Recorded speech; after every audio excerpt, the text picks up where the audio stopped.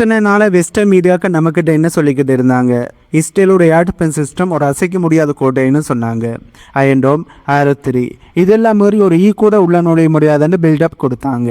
ஆனால் இப்போ நடந்த சம்பவம் அந்த பில்டப் எல்லாத்தையும் அப்படியே தரைமட்டமாக்கி இருக்கு. உலகமே ஆச்சரியப்படுற அளவுக்கு ஈரானோட ஒரு மூவ் மொத்த இஸ்ரேலோட பாதுகாப்பையும் கேள்விக்குறியாக மாற்றியிருக்கு. இஸ்ரேலோட பவர்னு இஸ்ரேலோட மிகப்பெரிய ஒரு பிரமாண்டமான பிம்பமாக இருந்த இஸ்ரேலோட நெவர்டீம் ஏர்பேஸ் மேலே வெற்றிகரமான தாக்குதலை ஈரான் செஞ்சுருக்காங்க. இந்த நெவர்டீம் ஏர்பேஸ் அப்படி என்ன பேசல் இருக்குது, ஏன் ஈரான் இதை குறிவைச்சாங்கன்ற கேள்வி உங்களுக்கு கிளம்பும். இஸ்ரேலோட இராணுவ வரைபடத்தை எடுத்து பார்த்தீங்கன்னா தெற்கு பக்கத்தில் இருக்கிற நெகவ் பாலைவனத்தில் ரொம்ப பாதுகாப்பாக யாருமே அவ்வளோ சீக்கிரம் நெருங்க முடியாத ஒரு இடத்துல தான் இந்த ஏர்பேஸ் இருக்குது. இது வரும் ஒரு ஏர்பேஸ் மட்டும் இல்லை, இது இஸ்ரேலோட வான்வழி கௌரவம் என்றும் இதனைத்தான் சொல்வார்கள். ஏன்னா இங்கே இருந்து தான் இஸ்ரேல் அனைத்து ஆப்ரேஷன் செய்வார்கள்.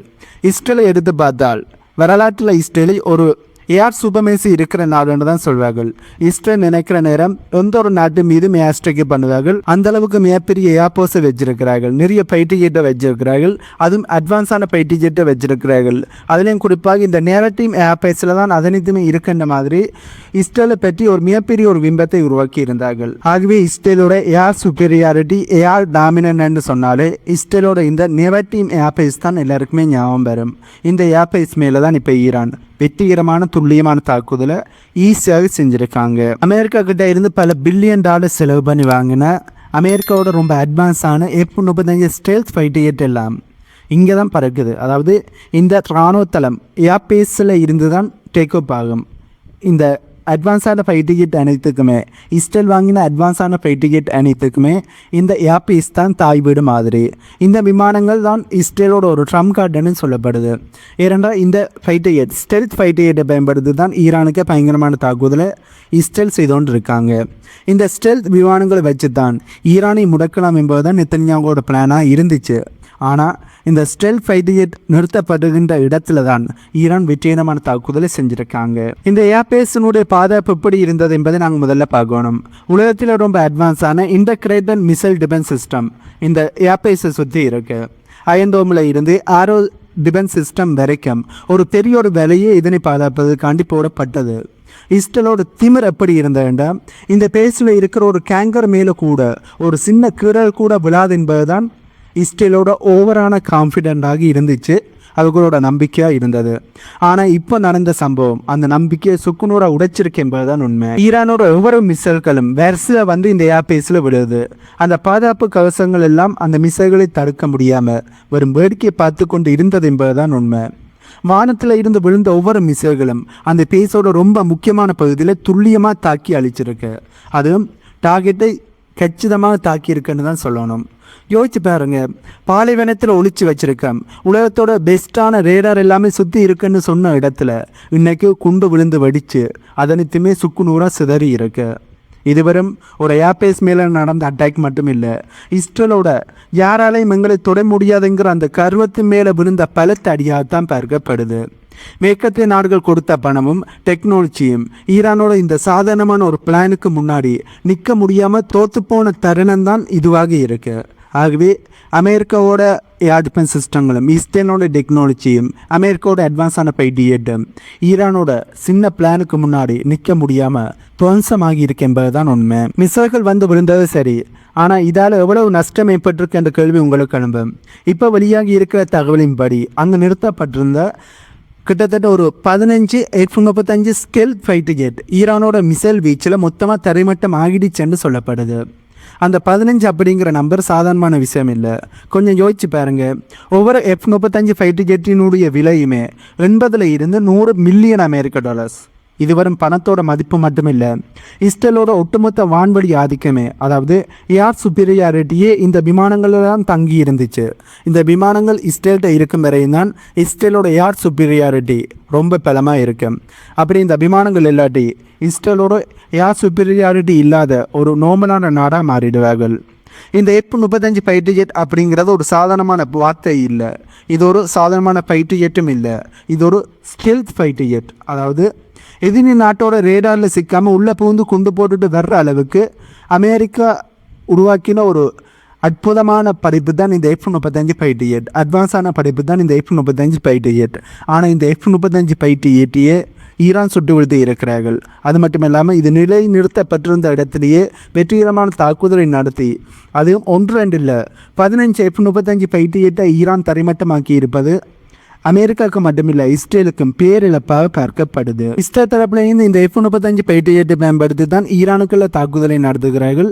ஈரானோட நியூக்ளியர் பவர் பிளான்ட், அதாவது ஈரானோட நியூக்ளியர் புரோகிராமை மொத்தமாக தரைமட்டமாக்குவதற்கு இதனைத்தான் பயன்படுத்தி கொண்டு இருக்காங்க. ஆனால் இப்படி எதிரி நாட்டுக்குள்ளே பூந்து அடிக்க வேண்டிய இந்த அதிநவீனமான ஃபைட்டர் ஜெட் அனைத்துமே அவங்களோட சொந்த கேங்கரிலேயே எரிஞ்சு சாம்பலாகி கிடக்குது. இது இஸ்ரேலுக்கு விழுந்த மிகப்பெரிய ஒரு இராணுவ தோல்வி மட்டுமில்லை, ஒரு மிகப்பெரிய ஒரு சைக்காலஜிக்கல் அட்டாக்காகத்தான் பார்க்கப்படுது. தங்களோட பாதுகாப்பான இடம்னு எதை நம்பி இஸ்ரேல் விமானங்களை நிறுத்தி வச்சிருந்தாங்களோ அந்த இடத்துக்கே இப்போ பாதுகாப்பு இல்லை என்பதுதான் இஸ்ரேலுக்கு இருக்கிற ஒரு கசப்பான உண்மை. ஈரானோட மிசைகள் அந்த கேங்கலில் துல்லியமாக குறிவச்சு அடிச்சிருக்கு. இதில் இந்த என்ன தெரியுதுன்னா, ஈரானோட உளவுத்துறை இஸ்ரேலுக்கு எவ்வளவு ஆழமாக ஊடுருவி இருக்காங்க என்பதை இதிலேருந்து புரிந்து கொள்ள முடியுது. எந்த கேங்கலில் விமானங்கள் இருக்குது, எப்போ அட்டாக் பண்ணினா அதிக டேமேஜ் ஆகும்னு ஈரான் தரப்புலேருந்து பக்காவாக கணக்கு போட்டு தான் இந்த அட்டாக்கை பண்ணியிருக்கிறார்கள். இது இஸ்ரேலோட வான்வழி ஆதிக்கத்தையே வேரோட அடுத்த ஒரு தாக்குதலாகத்தான் பார்க்கப்படுது.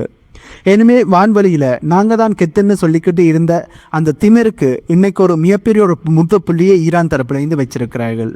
இந்த 15 விமானங்கள் இந்த ஏர்பேஸில் இருந்து தரைமட்டமாக்கி இருப்பதால் இஸ்ரேலோட பலம், போர் பலம் இப்போ பாதியாக குறைஞ்சிருக்குமென்னு நிறைய வல்லுநர்கள் தங்களுடைய கருத்துக்களை சொல்ல ஆரம்பிச்சிருக்காங்க. சரி, இவ்வளோ பாதுகாப்பு இருக்கிற இடத்துல எப்படி இந்த தாக்குதல் சாத்தியமானது என்ற கேள்வி உங்களுக்கு அனுப்பும். அங்கே தான் ஈரானோட மாஸ்டர் பிளான் உள்ள வருது. ஈரான் இப்போ பயன்படுத்தினது ஃபட்டாப் 2 அப்படிங்கிற கேப்பசோனிக் மிசைலு. இதோட வேகம் ஒளியை விட 13 மடங்கு அதிகம். இது சாதாரணமான ஒரே ஒரு நேர்கோட்டில் மட்டும் போகாது, காற்றுல அப்படியே ஜிங்ஜாங் முறையில் வளைஞ்சு நெளிஞ்சு போகும். இதனால் இஸ்ரேலோட கம்ப்யூட்டரால் இதனை எங்கே வருதுன்னு கணிக்கவே முடியலை. 90% மிசைல்கள் இஸ்ரேலால் தடுக்கவே முடியலை என்பதுதான் ஒரு கசப்பான உண்மையாக இஸ்ரேலுக்கு இருக்கு. ஈரான் லான்ச் பண்ணுகின்ற மிசைல்கள் வெற்றிகரமான தாக்குதலை மேற்கொள்வதற்கு இஸ்ரேலால் அதனை சுட்டு வீழ்த்த முடியல் என்பதுதான் ஒரு முக்கியமான காரணமாக இருக்குன்னும் நிறைய வல்லுநர்கள் கருத்துக்களை சொல்கிறார்கள். இஸ்ரேலில் மிசைல்கள் விழுந்துக்கிட்டு இருக்கும்போது அந்த நாட்டினுடைய பிரதமராக இருக்கிற நெத்தன்யாகு அவர்கள் எங்கே இருந்தார் என்று உங்களுக்கு தெரியுமா? வருங்க, அவரோட பாதுகாப்பான நிலத்தடி பதுங்கு குழியில், அதாவது பங்கஸில் தான் ஒழிஞ்சிக்கிட்டு இருந்தார். வெளியில் கெத்தா பேசுகிறது வேறு, ஆனால் யதார்த்தம் வேறு என்பதை இப்போ அவர் புரிஞ்சுக்க ஆரம்பிச்சிருக்கார். அதாவது ஈரானை அழிப்போம் என்று கெத்தா பேசலாம், ஆனால் ஈரான் மேற்கொள்கின்ற தாக்குதலால் இஸ்ரேலுக்கு பாரிய அளவு இழப்புகள் ஏற்படுது என்பதை இப்போ தான் அவர் உணர ஆரம்பிச்சிருக்கார். அதனால தான் பதுங்கு குளிக்க போய் ஓடி ஒழிஞ்சிருக்கார் என்பதுதான் உண்மை. இன்னும் ஒரு பக்கம் அமெரிக்கா என்ன சொன்னாங்க, நாங்கள் ஈரானோட மிசைல் தளங்களை அழிச்சிட்டோம், ஏர்டபன் சிஸ்டங்களை அழிச்சிட்டோம், ஈரானோட மொத்த இராணுவத்தை முழுமையாக அழிச்சிட்டோம்னு சொன்னாங்க. ஆனால் ஈரான் மலைக்கடியில் 500 மீட்டர் ஆழத்தில் தங்களுடைய மிசைல் சிட்டியை வச்சிருக்கிறார்கள். இங்கே இருந்து தான் ஒவ்வொரு முறையுமே தாக்குவதற்கான மிசைல்களை எடுத்து அமெரிக்கா மற்றும் இஸ்ரேலுக்கு எதிரான பாரியளவு தாக்குதலை ஈரான் மேற்கொள்கிறாங்க. இதில் இருந்து அமெரிக்கா சொன்ன மாதிரி ஈரானை முழுமையாக அவர்களால் நியூட்ரலைஸ் பண்ண முடியலை என்பதுதான் உண்மை. என்னதான் நாங்கள் தோக்கடிச்சிட்டோம், ஈரானோட இராணுவத்தை முழுமையாக அழிச்சிட்டோம்ன்ற ட்ரம்புகள் பொய்யலை சொல்லி கொண்டிருந்தாலும் ஈரானோட தாக்குதல்கள் இன்னுமே குறையலை. ரியாலிட்டி என்ன, ஈரான் திருப்பி அடிக்கிற அளவுக்கு கேப்பபிலிட்டி ஈரான்கிட்ட இருக்கு என்பதுதான் ரியாலிட்டி. அதனை ட்ரம்புகளோட பொய்களால் மறைக்க முடியாது என்பதுதான் உண்மை. சரி, இப்போ நாங்கள் பார்த்ததை வச்சு பார்க்கும்போது கடைசியாக ஒரு முடிவுக்கு நாங்கள் வரலாம். சிம்பிளாக சொல்ல போனால் மிடில் ஈஸ்ட்டில் இஸ்ரேலோட அந்த வான்வழி ஆதிக்கம், சூப்பரியாரிட்டி அப்படிங்கிற அந்த மகுடம் இன்னைக்கு தரைமட்டமாகி இருக்கு. இத்தனை வருஷமாக எங்களை யாராலையும் தொட முடியாதன்னு ஒரு பிம்பத்தை உருவாக்கி வச்சுருந்தாங்க. அந்த தசாப்தம் இன்னைக்கு முடிவுக்கு வந்திருக்கு என்பதுதான் உண்மை. இந்த நெரட்டிவ் ஏர்பேஸ் மீதான தாக்குதல் வெறும் இராணுவ தோல்வி மட்டுமில்லை, இது ஒரு மிகப்பெரிய ஒரு ஜியோ பொலிட்டிக்கல் மேட்டம். அமெரிக்கா எவ்வளவு தான் ட்ரை பண்ணியுமே, பல பில்லியன் டாலர்களை கொட்டியுமே ஈரானோட இந்த இராணுவ வளர்ச்சி அமெரிக்காவால் தடுக்க முடியலை என்பதுதான் அமெரிக்காவுக்கு இருக்கிற ஒரு கசப்பான உண்மை. ஈரானுக்கு ஒன்றுமே தெரியாது, அவங்க ஒரு காகித புலியன்னு நினைச்சவங்க முகத்தில் இன்னைக்கு ஈரான் மிகப்பெரிய ஒரு பெஞ்சை பண்ணியிருக்கிறார்கள், மிகப்பெரிய ஒரு குத்தை விட்டிருக்கிறார்கள். இந்த குத்துக்கு பிறகு ஈரானை ஒரு சாதாரணமான நாடாக யாருமே, மேற்குலக நாடுகள் யாருமே நினைக்க மாட்டாங்க என்பதுதான் உண்மை. இப்போ இருக்கிற மிகப்பெரிய ஒரு கேள்வி என்னென்றா, இந்த தாக்குதலுக்கு பிறகாவது நெத்தன்யாகுவர்கள் திருந்து வேற, இல்லை தன்னோட சுயநலத்துக்காகவும் பதவியை காப்பாற்றணும் என்றதுக்காண்டியும் ஒட்டுமொத்த மிடில் ஈஸ்டையும் ஒரு மிகப்பெரிய ஒரு போர்க்களமாக மாற்றுவாரா? இந்த கேள்வி தான் பல மத்தியில் எழும்பியிருக்கு. ஏனென்றால் இப்போ இஸ்ரேலோட கௌரவம் ஆடிப்போயிருக்கு. அந்த கௌரவத்து மீதே ஈரான் மிகப்பெரிய ஒரு கல்லை தூக்கி போட்டு அந்த கௌரவத்தை சுக்குநூறாக உடைச்சிருக்கிறார்கள். அவங்க மறுபடியும் ஏதாவது ஒன்று பண்ணினா அது இனிமே பெரிய ஒரு விபரீதத்தில் முடியும் என்பதுதான் மிக பேருடைய கருத்து. இப்போ இஸ்ரேலோட அந்த கௌரவத்தை மீது ஈரான் அடிச்சிட்டாங்க, மறுபடியும் நாங்கள் அடியை நிறுத்த மாட்டோம், மறுபடியும் நாங்கள் ஈரானை அடிப்போம் என்று சொல்லி இஸ்ரேல் மறுபடியும் தாக்குதலை நடத்தினால் ஈரானோட பதிலடி இப்போ செஞ்சதை விட படு மோசமாக இருக்கும். அது இஸ்ரேலோட கௌரவத்தில் மேலும் விரிசலைத்தான் உண்டாக்கும் என்பதுதான் உண்மை. ஆனால் ஒன்று மட்டும் நிச்சயம், இனிமேல் வான்வெளியில் இஸ்ரேல் நினைச்ச மாதிரி ஆட்டம் போட முடியாது. இஸ்ரேலோட ஒவ்வொரு மூவையும் ஈரான் கண்காணிச்சுக்கிட்டு இருக்கிறதுக்கு இந்த நெகட்டிவ் ஏர்பேஸ் மேலே நடந்த அட்டாக் தான் மிகப்பெரிய ஒரு சாட்சியாக இருக்குது. ஈரானோட அண்டர் கிரவுண்ட் மிசைல் சிட்டிஸ் இருக்கிற வரைக்கும் இஸ்ரேலாலேயோ அல்லது அமெரிக்காவாலேயோ ஈரானை அவ்வளோ சீக்கிரம் முடக்க முடியாது என்பதுதான் உண்மை. ஆகவே இன்றைக்கு நாம் இந்த வீடியோவில் சொன்ன தகவல்கள் உங்களுக்கு புதிதாக இருந்திருக்குமென்னு நம்புகிறேன். இந்த வீடியோவில் நான் சொன்ன தகவல்களை பற்றியும் அதே நேரத்தில் ஈரான் வெற்றிகரமான தாக்குதலை இஸ்ரேலோட ஏர்பேஸ் மீது செஞ்சதை பற்றியும் அமெரிக்காவோட F-35 ஃபைட்டர் ஜெட் 15 காலியாக்கி அதனை சாம்பலாக்கியதை பற்றிய உங்களுடைய கருத்துக்களை கீழே கமெண்ட்ல சொல்லுங்கள். இந்த வீடியோவில் நான் சொன்ன தகவல்கள் உங்களுக்கு புதிதாக இருந்திருக்குமென்னு நம்புகிறேன். இந்த தகவல்கள் உங்களுக்கு புதிதாக இருந்தால் இந்த வீடியோக்கு லைக் பண்ணி நம்ம சேனலை சப்ஸ்கிரைப் பண்ணி பக்கத்துக்கு பெல் ஐக்கானை கிளிக் பண்ணி வைங்க. அப்போ தான் நான் போடக்கூடிய வீடியோஸை நீங்கள் உடனுக்குடன் பார்க்க முடியும். இன்னும் ஒரு புதிதான தகவல்களுடன் புதிய வீடியோவில் உங்களை மீட் பண்ணுறேன்.